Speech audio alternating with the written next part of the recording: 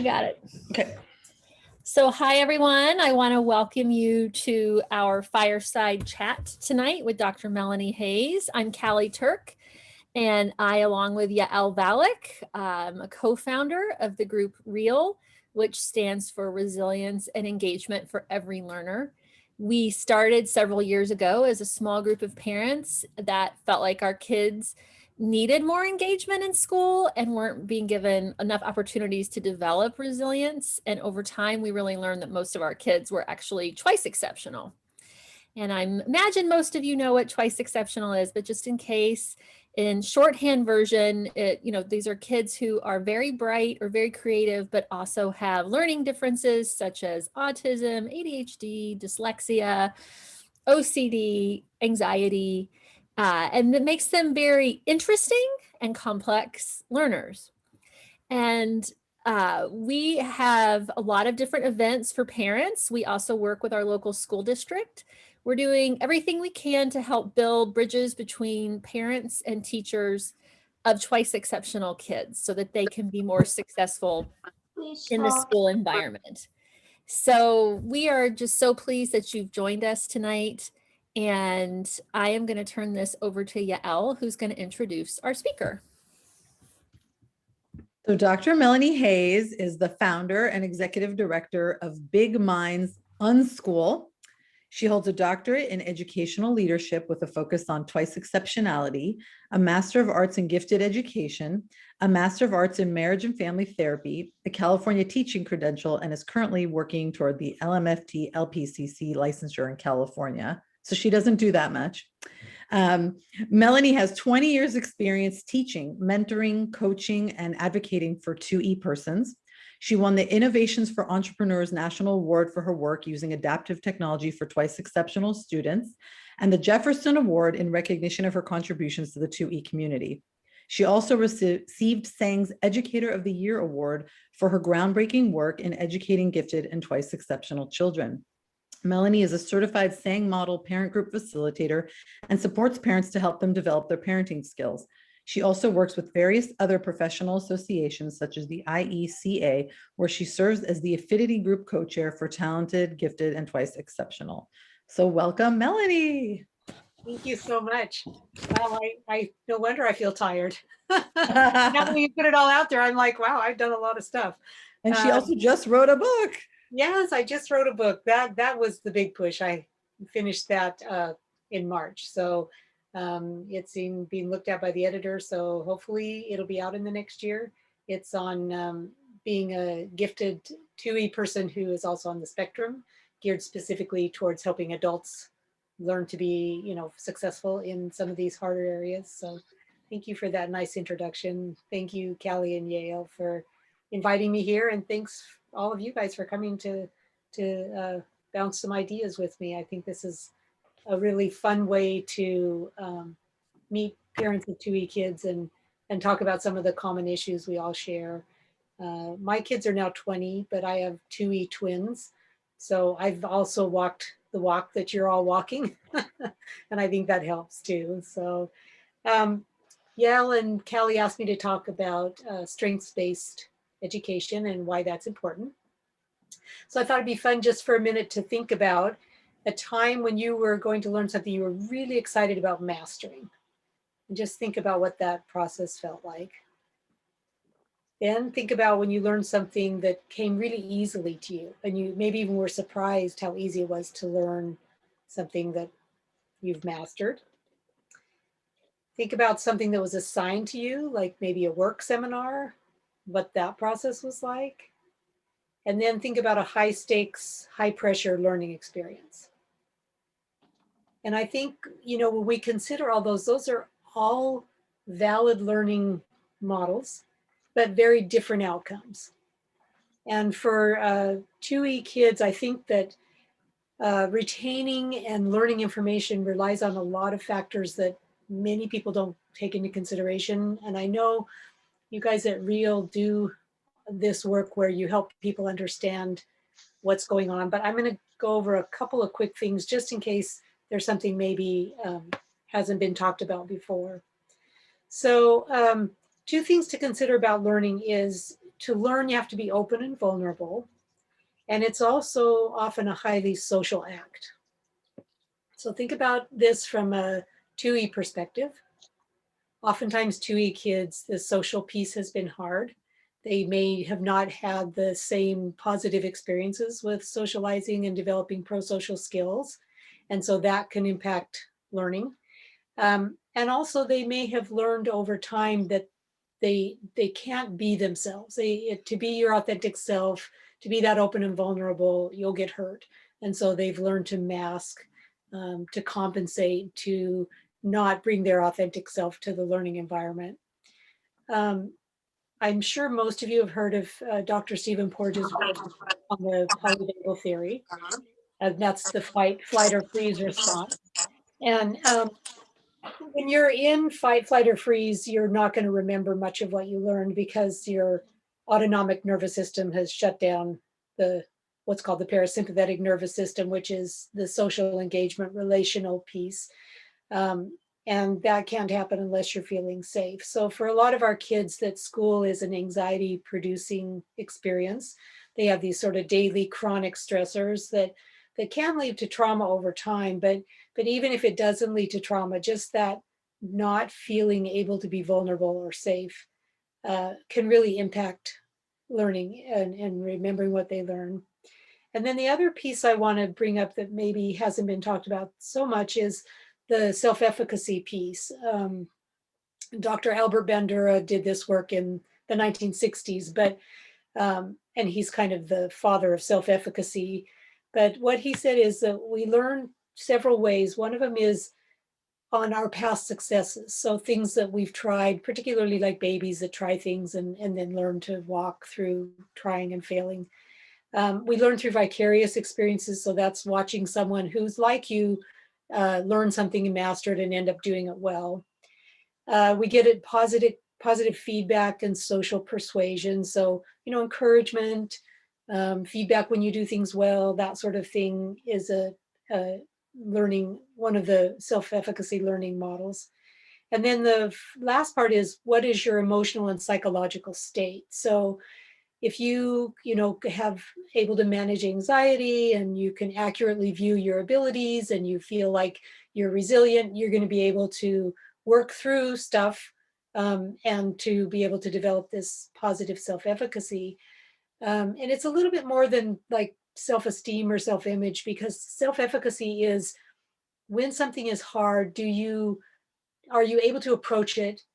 If you fail, are you able to evaluate why you failed and look at how to approach it differently? That's positive self-efficacy. Negative self-efficacy is you're going to avoid the hard things. If you fail, you're going to blame yourself. So that's basically the difference there. And so positive learning experiences happen and build self-efficacy, and negative ones tear it down. So if you're a kid who has not had good positive learning experiences, you're going to have pretty low self-efficacy. And we often wonder why our kids refuse to do hard things, refuse to try stuff, blame themselves when they fail. These are the reasons why. And I think also because they're differently wired, there's the added layer of this masking. Oftentimes they'll learn how to compensate through their giftedness. So they mask their disability as well. And so people will think, gosh, you're just being lazy, or if you tried harder, or you're not applying yourself. All those kinds of things come because our kids can be very good at not showing that they're really struggling, and there's a valid reason for their struggling.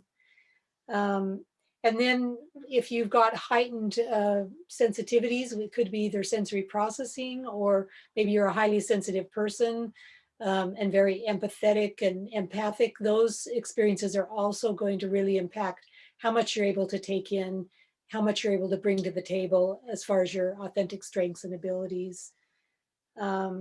And then let's see, the last thing I want to talk about before we go directly to questions and answers, because I feel like that's probably what most of you want, is this specific answers to your specific questions.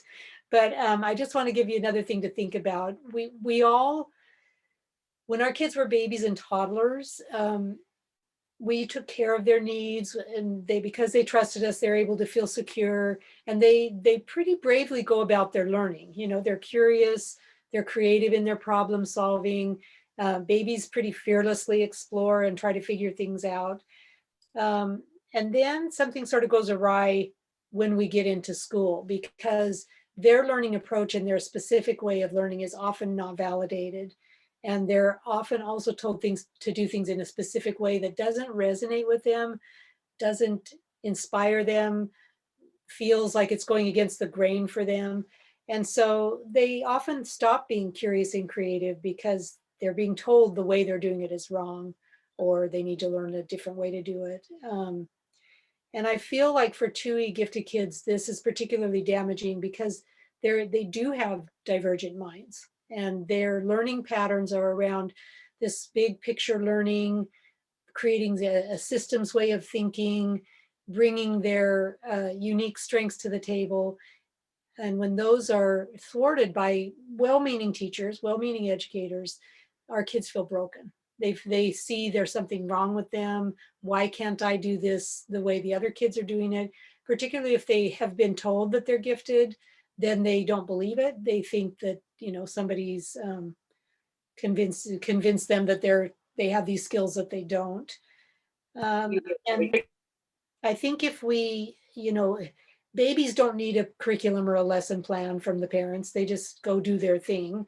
And I think if we can think about how babies learn, how our toddlers, and what we want for them. So think about when your children were younger, what you want is you want to allow them the freedom and to be able to focus on this thing they want to learn, whatever they're interested in learning.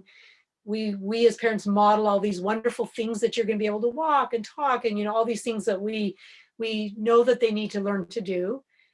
We provide appropriate help when they need it. We create an enriched environment full of all kinds of cool things that make them want to interact with them. We provide lots of happy interaction with people who care about them and reflect back this positive experience. We ensure they have a safe place to play and to learn, and we give positive ongoing feedback and encouragement. So if you think about that, that's actually a strengths-based learning environment. And somehow we get away from that when we move into formal education, because we start to put this adult agenda of what we believe children need to learn on top of every aspect of their day. So, we're talking about the standardized curriculum. And for a lot of our kids, that makes no sense. For gifted kids, they may have already mastered it years above what they're doing in asynchronous areas. I'm not saying in all areas, but in some areas they may be far above, and there's no reason for them to do this curriculum. And I think when faced with that, they often give up. And then we wonder why they don't have this self-efficacy, which is kind of grit, resilience, sticking with it. And that comes from a complete mismatch from the kind of environment that actually promotes strengths-based learning to the kind of environment that's been codified and fossilized into what we think kids need to learn. So yes, there are different schools, both public and private, that are approaching things in different ways. Some really gifted and amazing teachers do this naturally and keep this strengths-based learning going naturally. But I think for the main, it doesn't happen once our kids get into school. And that's a tragedy, because our kids have this potential to really be, a lot of them are very self-directed, autodidactic learners, and just sort of given support and time and space and materials, they would probably thrive much better than when they're being so directed in a school environment. So I want to address those things that are in the questions. I want to address, I know a lot of you are thinking about how do they develop that resiliency and grit? How do you make them do things they don't want to do? How do we help them overcome their fear and build confidence? Everybody has to learn how to do boring things. Like, I know, I understand all of that, and all of those things are also correct, but I think they can be taught through a strengths-based model. just like we have when they were babies. So with all of those things in mind, there's 4 things that I think parents can keep in mind. One is to be a curious parent, to really truly try to understand your child's world, where they're coming from, why they're doing what they're doing. Think about building intrinsic motivation through that understanding. Why do they do what they love to do, and why, and how can you weave that into other things?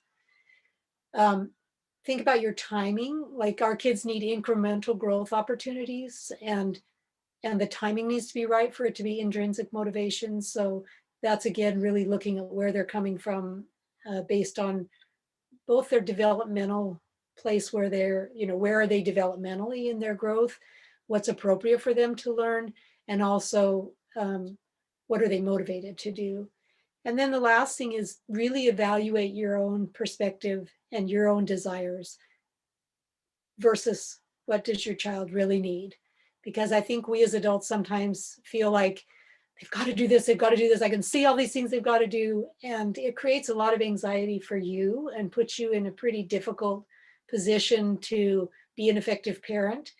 And we don't really know what our kids are going to be facing. And so, as we get through the questions, I think I'll answer this a little more, but there's some specific things that aren't necessarily academic that I would, as a parent, be more focused on to make sure that my kid would be functional in whatever the future looks like for them.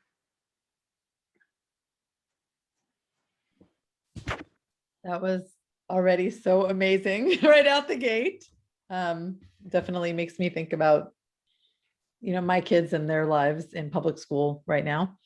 So I would love to hear more about how Big Minds approaches strength-based learning, and then how can we get other schools, because I know that's a very unique environment. How do we get other schools, especially schools that don't have this mindset at all, public schools, to also adapt some of these philosophies? Yeah. And thank you. And I'm the first to acknowledge that there are many, many people who need to be in public school, and that doing something else is not an option. So I know, I come from a place of privilege where, I was able to homeschool my kids, and then I was able to create Big Minds. And, that's not always possible. So what I'll try to really give you guys today is sort of do what you can based on what your circumstances are. So I will give you the magical unicorn of Big Minds first, because it's like the best of all worlds. And I can say that because I've had many 2E kids tell me that. They have vetted Big Minds over and over again, and I think they're the real experts. In fact, it was funny, we had a kid come through to do our shadow week, and he's like, this is exactly the school I designed. So that made me feel really good. So let me tell you a little bit about that. It is a strengths-based school. That's our number one thing, is that kids get to spend their time doing the things that they're good at. In fact, we do that so much that at the start, before each semester, we send out a survey to the kids and say, what do you want to learn this semester? Then we compile that information and we put together the classes that the majority of the kids want to do. So, and there's ones that are repeating oftentimes, like we have a lot of kids that want to learn foreign languages. That comes up a lot. Physics comes up a lot. Chemistry comes up a lot. Game design comes up a lot. Coding and programming comes up a lot. Various art classes. A life skills class comes up a lot. I was just talking with Callie about this. Our kids are pretty aware that they need to learn how to do things, especially as they get into the upper elementary and middle school grades. And then we also provide what we call passion project coaching. So those kids who have this outlier interest that nobody else seems to be interested in, they get to sign up for coaches to do specific work around that project with them, because learning is a social activity, and to have someone who's interested in what you're doing, who can bring expert perspective, who can help you, do a timeline for the project, or help with the executive functioning, or, give you ideas about how this might be applicable, can bring their life experience. That's huge for our kids. And it's very validating and self-efficacy building. So that is a part of the curriculum as well. And then I will say mostly for the parents, but also because we recognize that our kids are going to have a certain level of math and reading and writing skills. And not everybody comes to us with giftedness or high ability in those areas. So we do have one-on-one math and literacy coaching. It's only required for 30 minutes per subject per week. Kids who love math can sign up for much more. Kids who love writing and reading can sign up for much more.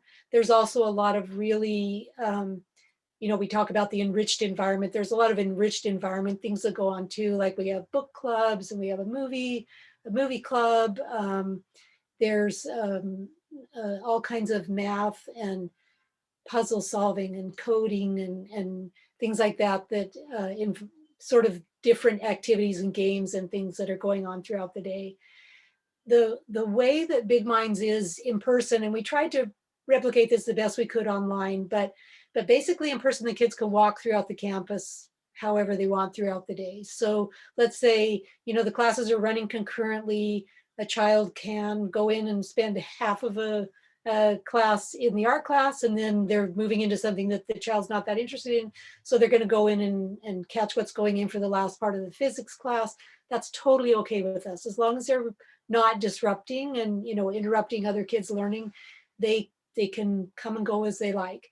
If they're sitting on the couch in sort of the main communal space and they're on their iPad making a stop motion animation, or they're writing lyrics for their rap song, or they're writing a book, or they're reading or napping, we're okay with all of that too. So there's a great respect for the child's inherent knowledge of what they need. One of the things we know that most schools don't understand is that our kids put so much energy into dealing with the sensory, the anxiety, the empathetic, empath sort of things, the environmental stressors, that we respect that they know when they need to go in the Lego room and just build Legos for a while, or go into the Zen room and sit there quietly with the lights turned off and the sound of the fountain. It's like they have wisdom about that. And I think we as adults often forget that children do know themselves better probably than anybody else.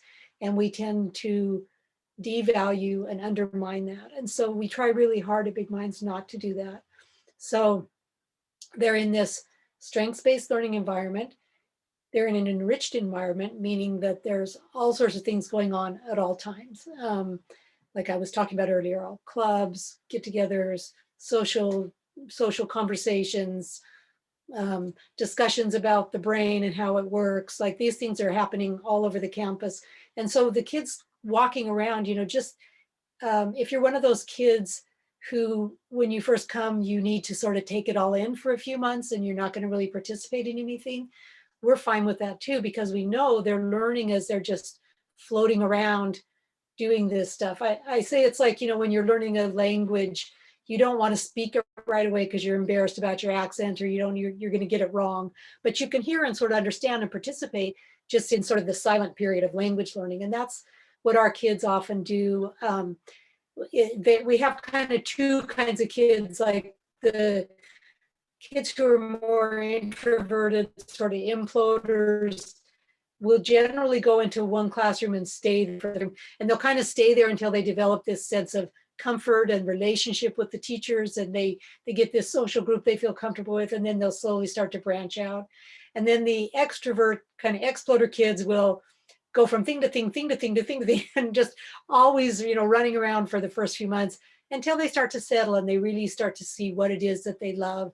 And I think for a lot of our kids, this is the first time they've really been able to explore a variety of interests that resonate with them. And so we let them do that too, because we know eventually they're going to find their place, both kinds of kids, and they're going to figure it out. And we also respect that a lot of these kids haven't had good friends, and that the social aspect and wanting to be in the Lego room playing with their friends all day is the most important part of their learning right now. And so if we've got kids that sit out on the tables on the porch and play games with their friends all day, We've got kids that sit and visit all day. We've got kids that play Legos all day. That's the important part of an environment where it is self-directed learning, is that we have respect for all levels. Like there's no hierarchy around academics are the most important thing you do here, and then the other stuff goes down until we finally get to maybe creative or social endeavors. To us, all of those are equally important based on what the child needs and what they inherently know they need. And so, our tagline is we fit the school to the child, and we really do. Like we really allow them the freedom to discover what it is that they need. But having said that, they're not left without any support. So if there are kids that say, would you please make a schedule for me? I feel really overwhelmed by all the choices today. We'll definitely do that. If there's kids who want support around developing social skills, we will definitely do that. So there's this mentoring team who is there to provide whatever support they need, but not with that adult agenda. It's around helping them to connect authentically. And then the last part of it is the school itself is designed to be a sensory soothing environment. It's not classrooms with desks. Sure, we've got tables like in the science room and the computer room and things like that. They're tabletops and chairs, but there's a lot of soft furniture. The sound is, designed to absorb sound so that it's not a lot of resonating, clattery sound like you get in a lot of classrooms. We don't hang a million things from the ceiling so that it's visually overstimulating. The colors are soft. The rooms are designed so that there can be just a few kids, a handful of kids in each room at a time. And that's generally how it is. I would say most rooms have 5 to 7 kids in them at any one time. Our busiest time at the end of the day is when everybody's going home at the same time. We have a staggered drop off, so kids come between 8:30 and 10. We call it a soft start, which reduces all that morning stress, but also is designed to give kids social interaction time. And even at the end of the day, when kids, it is loud and noisy and everybody's leaving at once, we've got kids that know that, so they'll go in the Zen room or the music room and close the door and have that quiet space until their parents come to pick them up. So it's really about understanding all the aspects of being twice exceptional. I hire people who, number one, are kind, flexible, curious, and creative. I can train them how to be teachers. In fact, being a credentialed teacher is not even high on our priority list. We do have some, but mainly I'm looking for people who are gifted, talented, interested in one particular area where they bring their passion to the classroom. Like our history teacher, one of her most popular classes that everybody asks for over and over again is open discussion about history, where kids can just come in and talk about whatever. And she's so well versed in history, she can just, go to town with it. And if she doesn't know, they'll all look it up together and do research. And so it's this very fluid, flexible, supportive environment. Do our kids learn how to do hard things? Yeah. Do they develop grit? Yes. Do they get good at doing boring, repetitive stuff? No, because no 2E kid in the world is going to willingly do a boring, repetitive thing. But as they get older, they start to understand why that's necessary. And that's the secret. So the magic secret for getting kids to do things is intrinsic motivation. And if you can help them learn, like, in high school, you're going to be required to do some form of note taking. Let's help you figure out which one works with your strengths. They'll stick with it. Learning language, that can be boring. They'll stick with it. So it's around really looking at how to honor that child and support every aspect of their spiky little asynchronous being.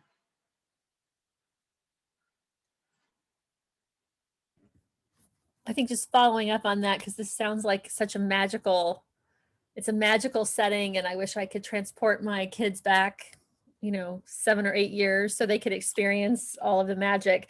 But just sort of following up on Yael's original question, I think a lot of us are like, wow, that's amazing, and I wish we could have that, but my kids still need to go to the public school in the neighborhood, and I'm trying to figure out how could I get them to incorporate even just some of the things that you're doing.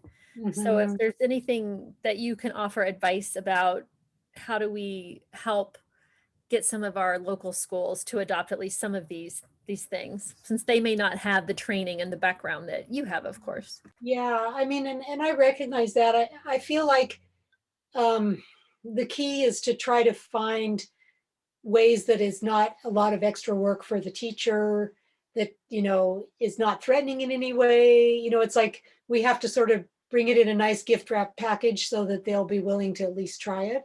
But I feel like there are things that we could do. Like, I know some kids will get through, especially younger kids, they're still willing to do the worksheets and they'll burn through them in no time. And then they don't know what to do. So the teachers don't have the bandwidth to do individual, let's give them something else.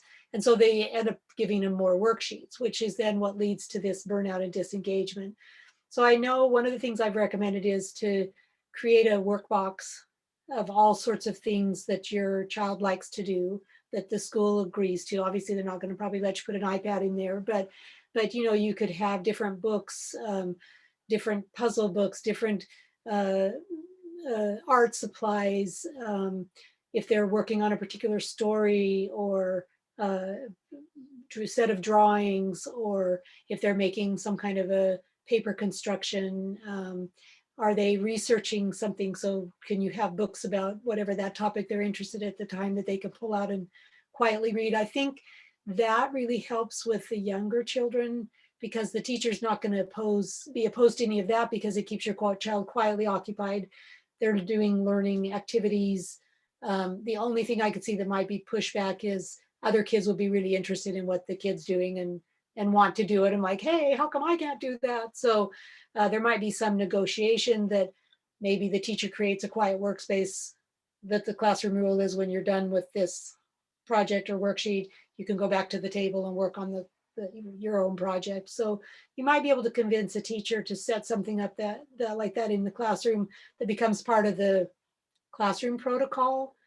And really, I think, you can argue for a teacher that makes their job easier, because if the kids can go and do quiet activities that keep them occupied, that are self-choice activities, then the teacher has more time and bandwidth to help those kids who are still struggling and taking longer. So that's one argument for the younger kids. I also think for like middle school, it could be to elementary too, but for middle school and high school kids, is there an option for them to say, like, go to the library or the principal's office and do an online advanced or accelerated course during, say, if they're really great at math?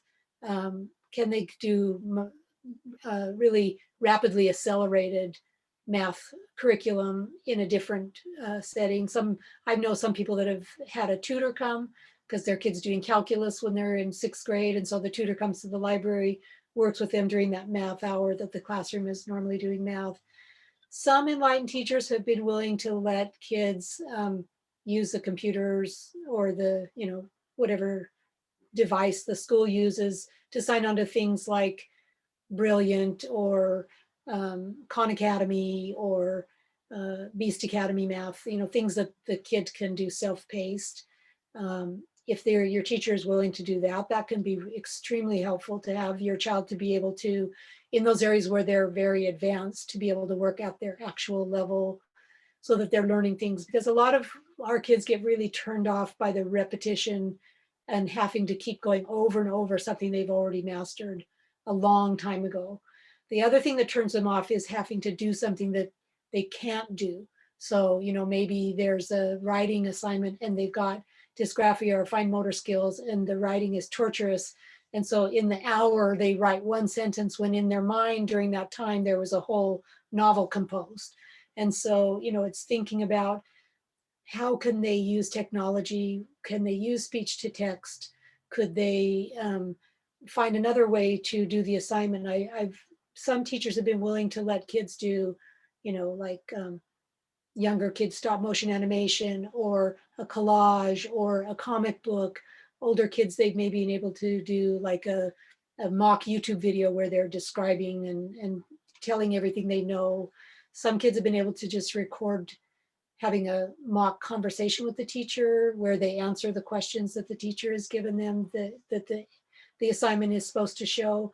So one of the things you can do is ask the teacher, is it possible when there's an assignment to give us a list of the things that you want the child to demonstrate that they've learned from this lesson. And most teachers do that anyway. You know, there's like, here's what you're going to have to be able to take a test that covers these things, or you're going to have to write a paper that covers these things. So then you say, is there an alternative way for my child to demonstrate that knowledge? And I think, I mean, I guess I have to acknowledge that teachers, there's time constraints if they're going to watch a YouTube video, but I can't imagine that would be much longer than reading a paper or correcting a test. So hopefully they will be open to letting you bring a little bit more creative um, way to demonstrate the kids' mastery into the classroom. I think by high school it gets a little easier because they can take AP classes in those areas where they're advanced already.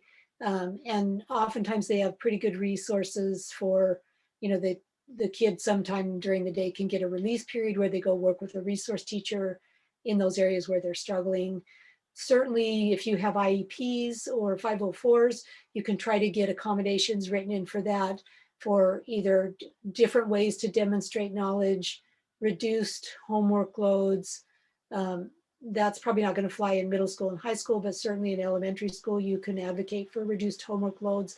You can get it in middle school and high school, but they'll start to say, well, then that's a modified curriculum and they're not going to get the A through G diploma. So it's a little trickier there, but what you can advocate for is there another way for them to demonstrate what they know? And then obviously if they have special ed support for those areas where they're struggling, again, that's tricky. A lot of people don't want their kids to do special ed for high school because they don't want the modified diploma, but you can still advocate for resources, even if it's like they get to spend time in the counselor's office, the principal's office, the library. Like if your child is a child who gets sensory overwhelm or the anxiety, they you can get them to agree to the child has some kind of a pass that when they're feeling overwhelmed, they can go to the counselor's office, things like that. So our kids need an escape hatch for those kinds of sensory and anxiety when they're really feeling overwhelmed. They just need to know there's somewhere they can go where they feel safe, where they can catch their breath, they can re-energize, be ready to go on to the next thing. And for middle school, it might be during the lunch hour when there's so much chaos and potential bullying and things like that that are so overwhelming for our kids. You can create things like that. So I would say look at your child's biggest challenges, look at their strengths, and see if there's some way you can partner with the school to provide creative solutions for that. And unless they're draconian, I would think most people would be like, yeah, okay, this doesn't require me to do that much. And I can see where it would really help your child to be engaged and to learn and to, be more well-behaved in class. I mean, that's always a good argument. My child will be much less disruptive if you will let them do this thing. So I think those are all the sort of main things that you could bring that sort of big minds-ish joy into their regular school day. Thank you. Those are so helpful. And yes, we have found that your classroom will have less disruptions, and behavior challenges has been a big seller for the teacher. Yeah, and I would say don't, to all of your people, don't underutilize Reel. They have some amazing resources to give to your teachers. Thank you Oh, so thank you. The next question we had, we're curious about is what should parents do at home to bolster the kids' strengths at home? And also asked any specific tips for over the summer. Yeah, I think, we, especially because of the pandemic, we've watched our kids just become screen junkies and spend all their time on the screen, either for school or just they're so exhausted they don't want to do anything else. They can't do anything else. They're restricted from doing anything else. So I think this summer, fingers crossed, most children should be able to be vaccinated. Most adults should be able to be vaccinated. So I feel like things are opening up. I know we were saying that children's sports are picking back up again. So a lot of the things that they used to do, whether it be dance or art or being out in nature, sports classes, science lab experiences, things like that, that tend to really motivate our kids to stay in that learning environment, to want to continue to develop their skills. Those things should start opening up again.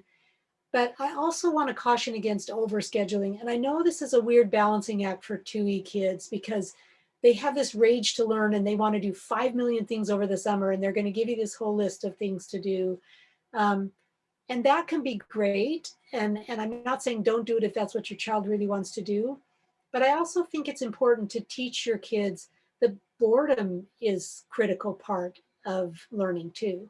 I mean, it's sort of the wellspring of all creative endeavors. And I think our children, well, all of us, I'm not going to tag the kids, because all of us are so conditioned now when we're in any sort of situation where we're standing in line, or there's a, whoop, out comes the phone, we're doing our work, we're playing a game, or, whatever. Our kids are the same, but I think it helps them to have those conversations. And there's some really great stuff online that you could watch with them, or books that you could read with them about the importance of having downtime, like just mental downtime. I know, mindfulness and all that is the buzzwords, and the kids will be like, oh, yeah, mindfulness. But I think telling them that boredom is good and boredom is important, and they should welcome boredom and see where it takes them. I think that can be an important thing for the summer too. In general, if you have a kid who they haven't given you the big list of things they want to do, if you don't already know what their strengths and passions are, start having those curious parent questions, like what would your perfect summer look like? They'd be like, oh, I'd be on the iPad all summer doing nothing but playing, what's that latest one? I can't remember. It's like Minecraft, but it's really beautiful graphics. And frankly, I can't blame them for wanting to get lost in it. I think it's okay this summer for a couple of reasons. One, I think our kids have been through an extremely traumatic year, and we tend to sort of, I think, forget how traumatic this has been for them. And a lot of them are really dealing with the trauma through escape. And, for most of our kids, the screen, doing Roblox or Minecraft, or, what's the other one? I'm not a gamer, but you guys know the ones I'm talking about, all the popular ones.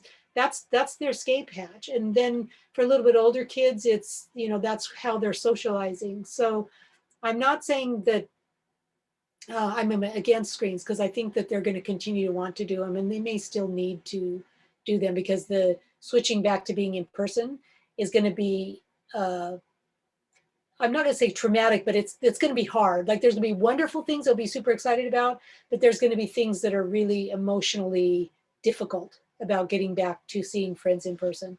So I think incremental, let them take it at their own pace. If they need a little downtime with an iPad or a device.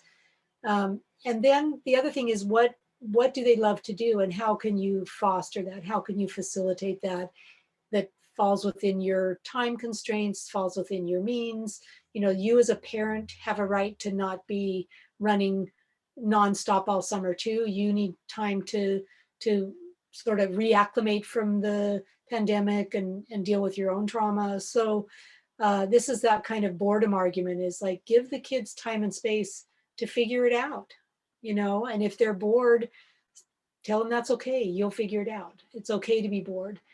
Then the last thing I would do is, what can you do that you really enjoy? Like, what can you do together as a family, as one parent with one kid, or, a couple kids at a time, depending on how big your family is? What sort of things can you do that everybody really loves to do? And it, if you've got more than one kid, not everybody's going to love to do it. So that's why you sort of divide and conquer. If you really love to go out for tea, and you got a kid who loves to go out for tea, do that. If you got another kid that likes to hike in the woods, go do that. If you got a kid that wants you to sit there and watch them play Minecraft for half an hour, do that. It's like, you're going to figure out ways to really validate who they are, what they're passionate about, what they love, what they want you to admire in them. That's all the important stuff that builds the self-efficacy in your kids. And reconnects them. If they've sort of been disconnected from their passions, that will reconnect them to their passions. It could even be something as simple as like listening to podcasts that you know are both interested in, going to a speaker series, like just it's endless. I mean, you know, these kids they come up with stuff that none of us have ever even imagined. And if you can find a way to do that with them and join them in their world, it's the most validating, self-esteem, self-efficacy building thing you can do. There's so many things that you said in there that I jotted down and wrote to myself. Like, I really definitely want to ask my daughter now, like, what would your perfect summer look like? I think that's such a nice open-ended question. It's a nice open-ended way to be curious about what she'd like. And then when you were talking about boredom, it really resonated with me in terms of the four things you sort of asked us to think about as parents. The fourth one was evaluating your own perspective and desires versus what your child needs, and how I think we as parents can get so anxious about our kids being bored, or maybe we have our own work to do, our own things we need to do, and so we want our kids to be busy all the time. And I think it was just really important to note the importance of boredom and how that could trigger our anxiety, but it's a really important thing to make time for boredom, really. And it's hard at first because our kids aren't used to being bored, because we have filled, especially if you've been one of those families where, you know, you're a very proactive parent and you're going to make sure your kid has activities. Nothing wrong with that, but it can put you on this dog and pony show that's exhausting, you know. So if you can kind of turn it back to your kid and say, okay, what do you want to do today? And, you know, Callie, when you're having that conversation, it's fun to join in and do, okay, here's my perfect summer. Mm-hmm. Because sometimes our kids forget that we're human too. And it can help them understand that, gosh, my parents actually have some needs too. So we've been starting to get questions from everyone who's here tonight, and we're happy to read your questions for you, or if you want to ask your own question. I was going to start with Lindsay's question. Lindsay, I'll read it unless you tell me you'd like to ask it yourself. Sounds like Lindsay has an 11-year-old that's a rising 6th grader. And Lindsay was wondering, how do you help a 2E child rediscover a love of learning? Her son is highly gifted, but does not believe he is intelligent, given the significant struggles to perform in traditional school. So her son is doing a lot of school refusal and resistance to anything school related, but can't go to a private school right now. And this relates to a question Yael and I had thought of before, which is, you know, how do you help these kids that are just so hard on themselves and focus on what they're getting wrong, or how slow they may be, or how they don't fit in a traditional environment? Yeah. Well, you think about it, that in a traditional school environment, that's the message they're getting every day, whether it's overt or inadvertent. They're hearing that you're not cutting it. There's something wrong with how you're doing this. So I really think knowledge about how their brain works, why things are hard for them, what their strengths are, like especially if you've been able to get some kind of evaluation for your child, to share, you know, maybe not the numbers per se, but share with them. Older kids for sure, I think they should see the whole report, but younger kids, you could say, you know, we found out that in this and this area you're like way better than average people on puzzle solving, but where in school do you get to demonstrate that? You know, oftentimes school doesn't have subjects that allow you to show these things you're really smart at. I would also, there's lots of wonderful stuff about adults talking about how they failed as children, how they were seen as incapable. And then, you know, everything from, there's a martial arts guy that was told he was mentally deficient his whole life, and now he's like the world martial arts champion.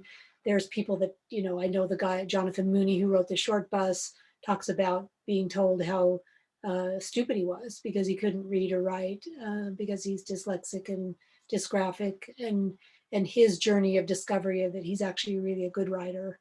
I think things like that, like if they can see, it's almost like that It Gets Better campaign where you want them to see older people, maybe even a little bit older, high school, college age students, that you know that are like them, how they've figured it out, people who the world has seen as failures that have gone on to show them that they're talented in many areas.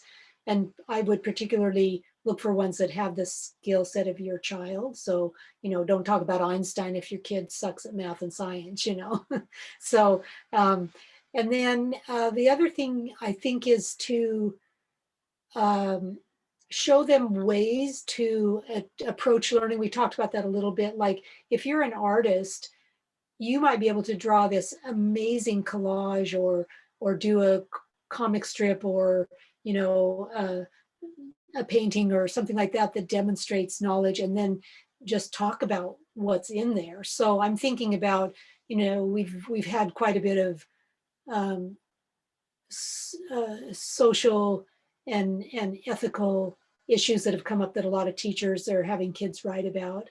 And traditional thing is they're going to write a paper on, Black Lives Matter. Well, for a kid who writing is a disaster, can they demonstrate that some other way? And I think in answer to your question, what makes kids burnt out, disengaged, dropped out, school refusal, is because they never get a chance to figure out how they can approach something in a way that is strengths-based. They don't get an opportunity to learn the things that they're really passionate about. It's just this, here's the 4 main core subjects, and then maybe we get in some art and PE and science once a week, So it's the same kind of thing we talked about for summer, is like, well, what would your perfect learning environment look like?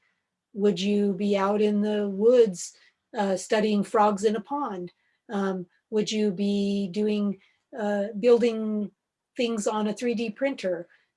Would you be making Lego constructions all day? Would you be writing your own video games? Would you be making character designs and world building? Would you be playing RPG games? Like, there's so many things that we don't look at as learning.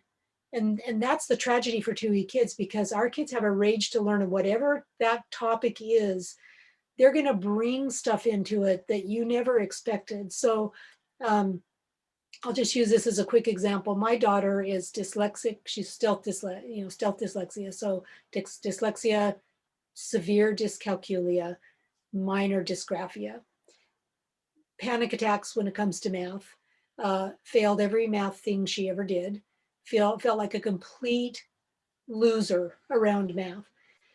We started homeschooling before I started Big Minds, and she was always really interested in Dungeons and Dragons, and she is a storyteller naturally, and like one of those, like, you acted out storyteller. So for her, role-playing games are just the perfect medium for her to tell these stories and act it out. So she learned how to become a dungeon master. Well, lo and behold, there is an aspect of math to Dungeons and Dragons. And guess who learned how to do math and actually stuck with it? Because it was in a low stress environment, doing something she loved. There's no high stakes around it. She can take it at her own pace. She can learn incrementally, and she can bring it in this natural, authentic way. So I say to parents, whatever your child's strengths are, you can be creative and figure out how to bring in those skills they're going to need. And I'm not going to say that every kid's going to be able to do algebra and graduate from high school, with maybe up to beginning trig or geometry. If your kid is an artist, they're never going to probably master that stuff. And so that's where you have to reevaluate and say, what really matters here for my child? What are they going to need to be great at to do this thing that they're passionate about? If they're an artist and maybe all the math they need is life skills math, how do you get on and, do QuickBooks? How do you balance your checkbook? Those kinds of things. That's maybe all that's going to matter to them in the math world.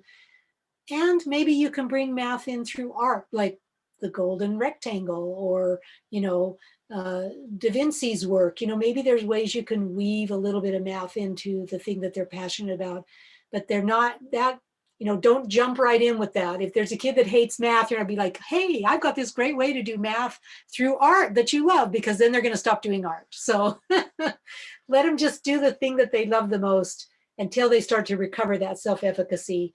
Then as they get a little older, you can help them see where they might need these written communication skills, these life skills, math, things like that. So once they see where they're going to need these things, then the intrinsic motivation will catch in. So that's what I'm talking about: timing, incremental, step by step. Rome wasn't built in a day, so you don't have to panic if your kid's a sixth grader and can't do math.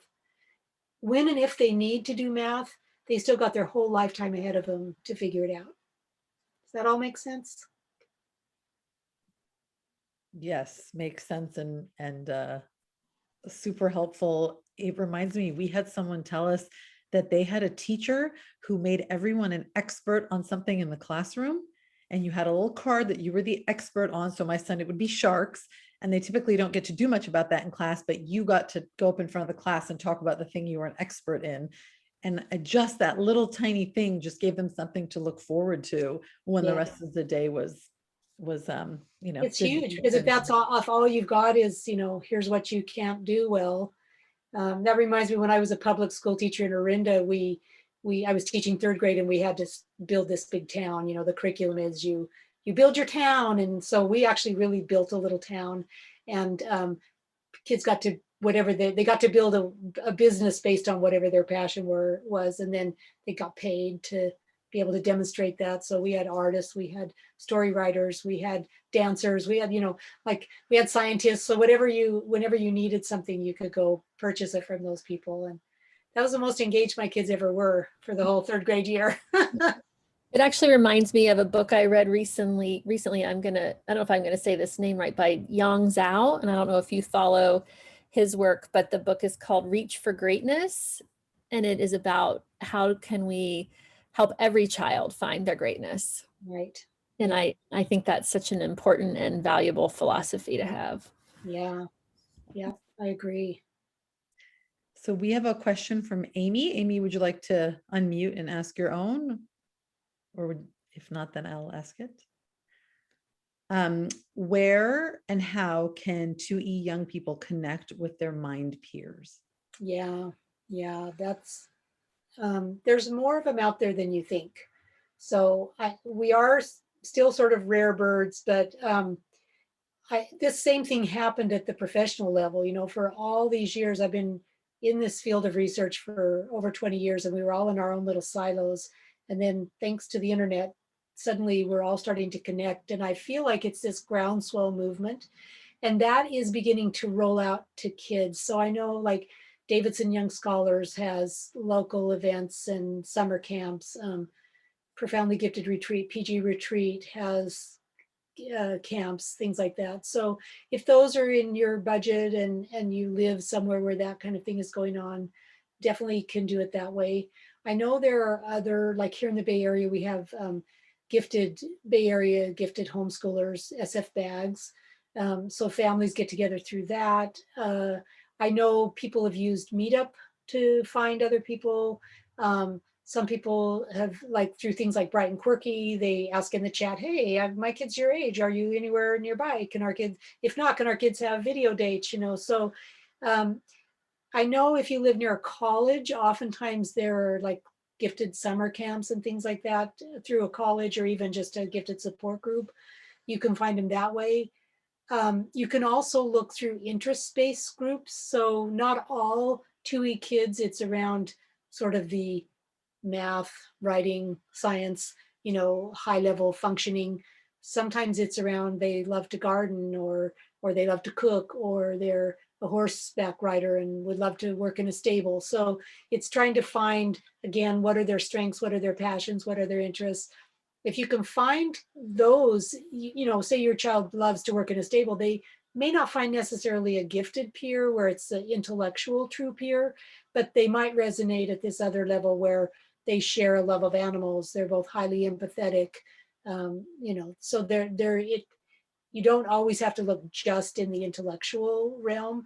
But having said that, I think it is important for kids to try to meet up with true intellectual peers, because it's very normalizing to suddenly be at, PG retreat and all the kids are like you. And you're like, oh my God, these are my people. Then it helps our kids when they're out in the world to say, yeah, dang it, I am part of a real culture. So, it's like deaf kids and deaf culture.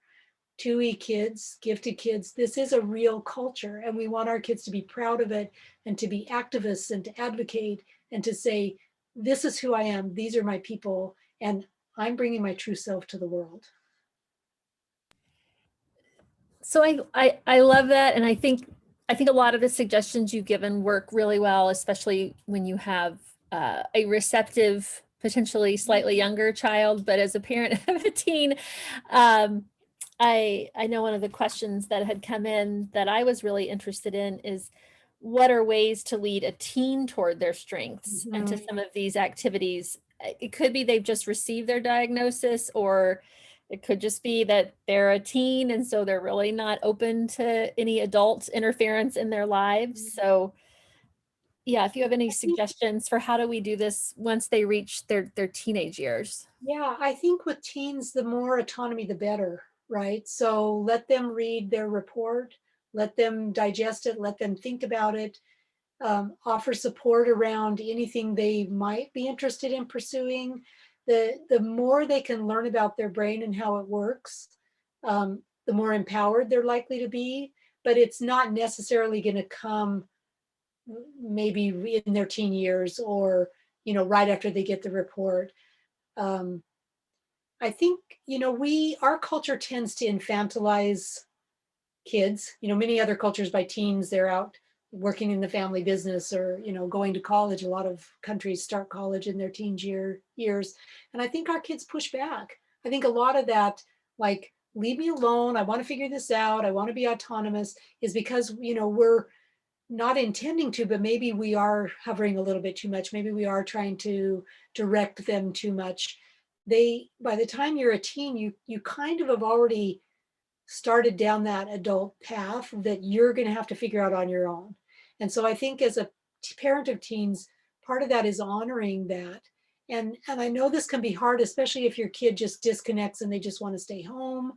Now, mental health things aside, if there's severe anxiety or depression or phobias or social anxiety, things like that are keeping them from being able to interact, then that's a different thing that requires support, professional support.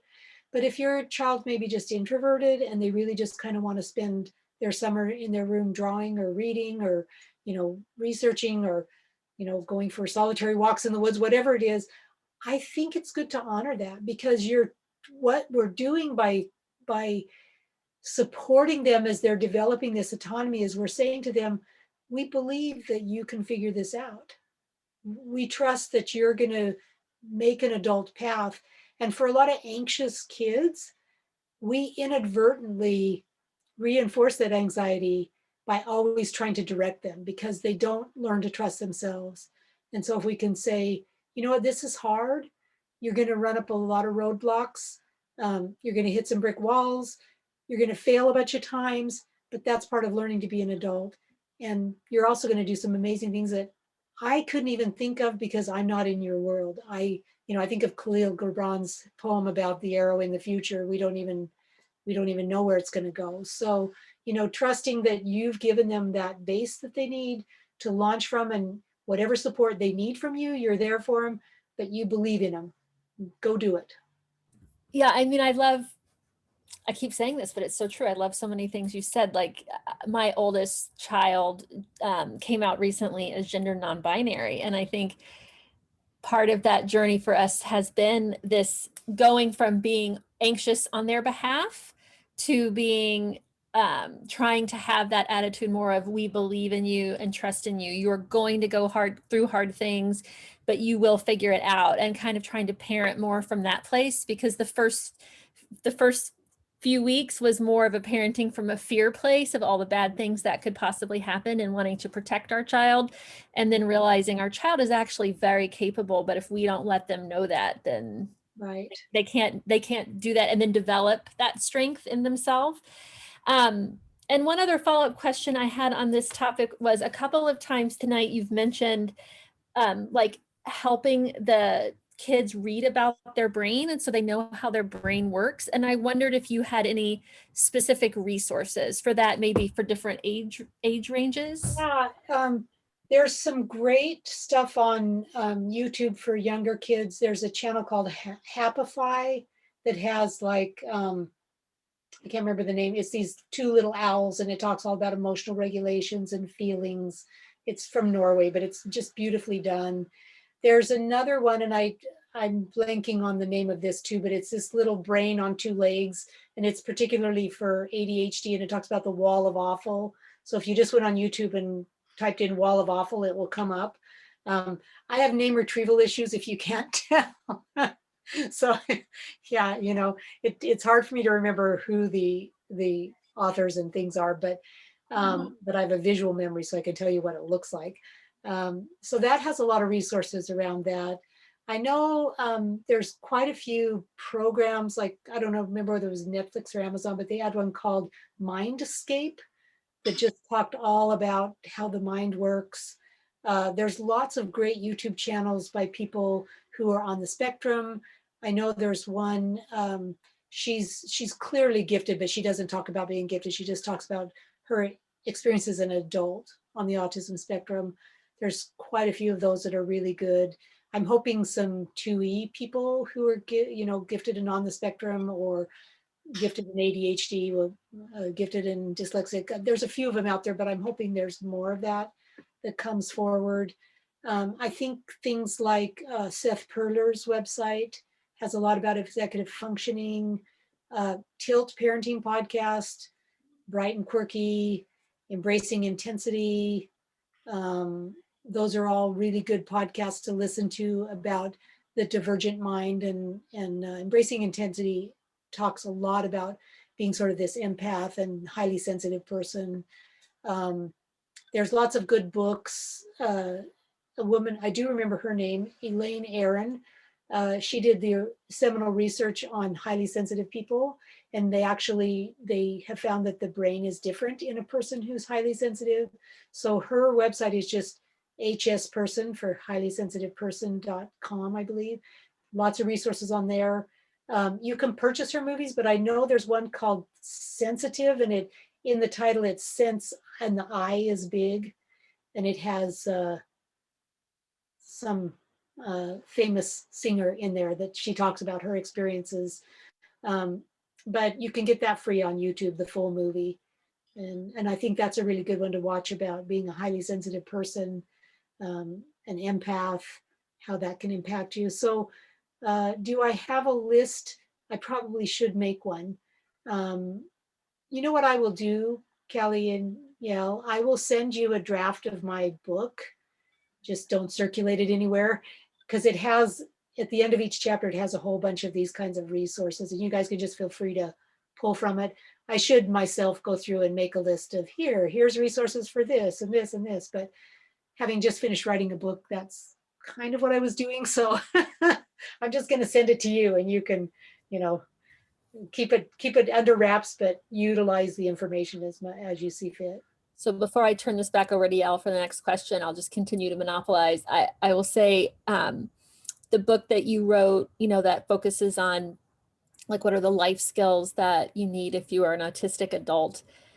It's like, I think you're going to be the next Julie Lifcott-Hames, who's written all the books about being an adult, but I've always wanted there to be a version that like took into account the fact that there is neurodivergence in the world.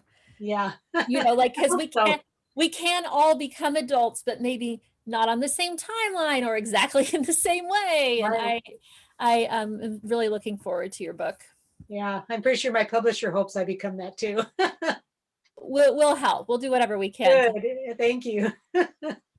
Thank you so much. I'm so excited to see it. For the audience, feel free to ask your questions in the chat anytime. Otherwise, Kelly and I can go on all night. So one other question that comes up a lot is how much to support your child. So one of the questions we got was, how do you determine what are necessary skills for your child to develop and which ones can be left by the wayside? For example, handwriting.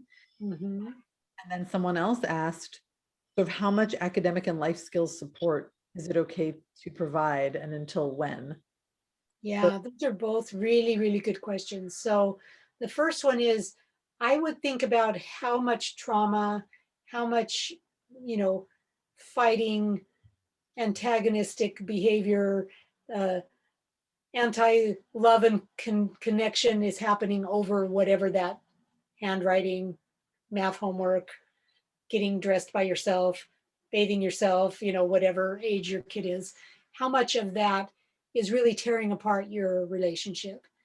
And then think about what you can do to support that. And some of it is just finding out, like I'll say my son, teeth brushing was a complete nightmare. We figured, okay, he doesn't like the electric toothbrush. We'll get him a regular toothbrush. For probably 3 months, it never dawned on me that the toothpaste might be too spicy. And so finally, in exasperation, one day I was like, why won't you brush your teeth? And he's like, it's too spicy. I think he was about 6. So voila, we got bubblegum flavored toothpaste. He went through and we bought all the different kinds of flavored toothpaste. He tasted them all. He picked the one he wanted. We never had a problem again. So some of it is that curious parenting. Some of it is, they're just not developmentally ready. Like maybe getting ready for bed each night is really difficult for them because they have executive functioning, and the minute they're brushing their teeth, their mind is la la la thinking about this, and they've forgotten all the rest of the steps they're supposed to do for the night. Older kids, like maybe they need help with making sure everything's in the backpack before that, the night before. It's kind of like attachment parenting. You're think about all those experts like, no, you must do the Ferber sleep method or whatever it was, where you leave your kids. And, for some people that worked fine. For other kids, their kids were traumatized by being left alone. So your kid better than anybody else. So think about those things that they definitely, they're part of being attached to you is knowing when they desperately need you, you will be there. And that goes all the way through into their 20s. My kids are both 20, and there's times I still have to help them with things. So think about, is it an attachment issue? Does my child really have anxiety and insecurity around this? And can I provide support to them in a way that doesn't reiterate the anxiety? So I don't want them to be stuck in this anxiety loop that I can't do it, but in a way that says, okay, what parts of this are hard for you? Let's brainstorm together. Let me see how I can help you with this. So it's this independence building. It's that incremental steps towards independence. And every kid is different. Like my child, my son didn't really be able to fully dress himself properly until he was about 9. My daughter still can't drive and still has panic attacks thinking about driving. So for her, it's going to be this slow incremental process.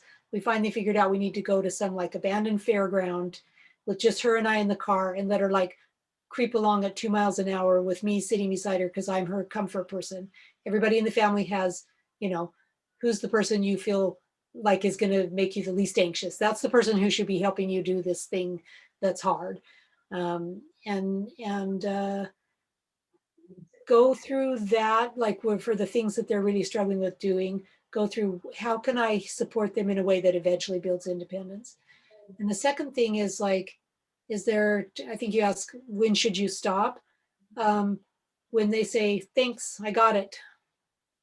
That's when you should stop offering support.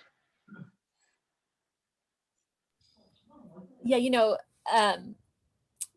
I think too, something I'm learning, because my 2E daughter is 15, so she's just finishing her freshman year, is I'm trying to be like that, have a curious mind more frequently, and I don't catch it all the time. I rarely catch it immediately. It takes some time, but I can tell when she's trying to be a little more independent with her work. Like at the beginning of the year, I had to make sure she really knew what she was doing. But as time has gone by, like she's starting to push back on how involved I am. Right. And as she is pushing back, then I'm like, oh, wait, now might be a time for me to step back. And so I kind of go with that bright and quirky idea around experimenting. Okay, I'll step back for a week and we'll see how things go, And I don't always even tell her I'm stepping back, that I just, that's one way that I try to kind of figure it out. Yeah. And the other flip side of that is not stepping in if they don't ask for it. Like we need to let our kids struggle a little bit. let them try and fail because that's how they build self-efficacy. But it's that razor edge, right? You don't want to leave them so long that then they give up and feel like there's no way. But you want to let them try a little bit. And sometimes those encouraging comments like, hey, that part of it you did really well. Do you need help with this part? Or, wow, I know she did that all on your own this time. Way to go. Like you can't be too authentically positive. We don't want to, pump sunshine all the time, but I think when they do something well, as parents, our job is to correct and discipline and teach. And so we tend to naturally, we're going to say more about the things that they're not doing or the things they're doing wrong or the things they've got to do better. So if you really consciously try to say as many positive, you did well, self-efficacy building kind of comments, that is also the other piece to stepping back when they're giving you the message, not stepping in too soon, giving them a chance. That's an important part of it too. Well, I'm still getting this parenting thing down, that's for sure. So aren't we all? So Jane asked, Jane, I assume you want me to ask this since you put it in the chat. Where do students go after they are too old for Big Minds? That's a good question. A variety of places. So we were talking earlier, one of the schools, it's a high school in San Francisco, it's a private high school. It's similar in its model. It's called Academy of Thought and Industry. So some of our kids go there, but for some it's too expensive or too long of a distance. But the kids who have gone there tend to do really well there because it's a similar self-directed kind of model. There's a place in Orinda called Holden High School that's counseling enriched. So some of our kids that need that, sort of emotional support, lots of hands-on, teachers and counselors have your back, lots of group work, social, emotional building, that happens there. Some of our kids have done really well there. Fusion and Tilden tend to be good for the kids who just want to go to the high school, do the class, get it out of the way, graduate with their diploma. We've found like Lydian Academy is, for some people, is good because they're really hand-holding. They'll really work hard to get the kid through. A lot of our kids do things like concurrent enrollment at a community college. And in California, if you do that as a 9th grader and your high school signs off on it, for every college class you take, you get 2 high school credits, semester credits. So it's like if you take all of the high school curriculum as a college student, you can pretty much get all of your high school done in 2 years. And so in 2 years, you get a high school diploma and your first 2 years of college out of the way. Some of our kids take the California High School Proficiency Exam. So if you know what that is, it's not the GED, it's an actual proficiency exam proctored by the state Board of Education. It's about a 4-hour test. They test them only on English and math, but they're pretty in-depth. It goes up through beginning trigonometry for math, and then all aspects of mechanics, grammar, vocabulary, all that sort of stuff for English. And then there's also an essay writing section. So some kids are not going to be able to do that because test taking is impossible, but some kids have done it and taken it and left Big Minds at the end of 8th grade as a high school graduate. The proficiency, they don't call it a diploma, but basically your proof of passing the CHESP exam is the equivalent of and can be used at any A through G college. So that's a good out for some of our kids. And a lot of the Big Mind kids that want to do that, we spend their 8th, maybe even 7th and 8th grade years preparing them to take the CHESP. So we teach them all sorts of test taking skills. We go through the CHESP manual with them, all that sort of stuff. Some do homeschooling, some do online high schools, some do charter schools like Mentoring Academy or Oakland School for the Arts. A few have gone back to public high school for different reasons and done fine because they were intrinsically motivated to do so. But I would say public traditional model is probably the least preferred of 2E kids. But it really depends on the child.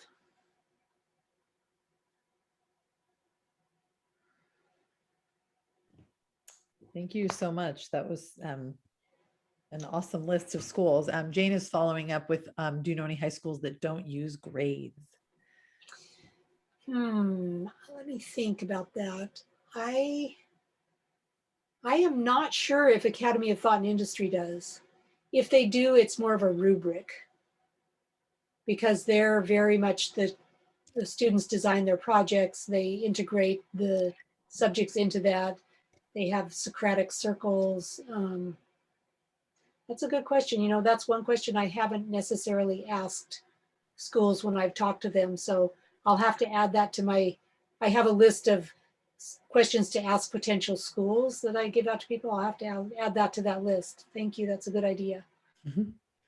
So I'm going to squeeze in one last question, and then I know it's almost time to wrap up. So we want to leave you time for your any final thoughts. But one question that I love that someone sent in was, can an interest in trivia, general knowledge, and video games be considered strengths in a 2E child? So Absolutely. we've had a lot of people say, my kid doesn't have like a math strength. So what is their strength and how do I use it? Well, let me have you think about it this way. Do you know how many super wealthy people who have designed tech industry stuff started out as being major gamers? So is there a path to financial success through gaming, through trivia, through code breaking, through puzzle boxes, like all that kind of stuff? Absolutely. I'm thinking we had a kid at Big Minds who spent all of his time in the Lego room, and he built these intricate things with moving parts. Like the last year he was with us, he made all of these little secret boxes where you had to figure out how to open them up, and they had all these really cool, intricate moving parts. And he's interested in becoming an architect, and I think he's going to be fantastic.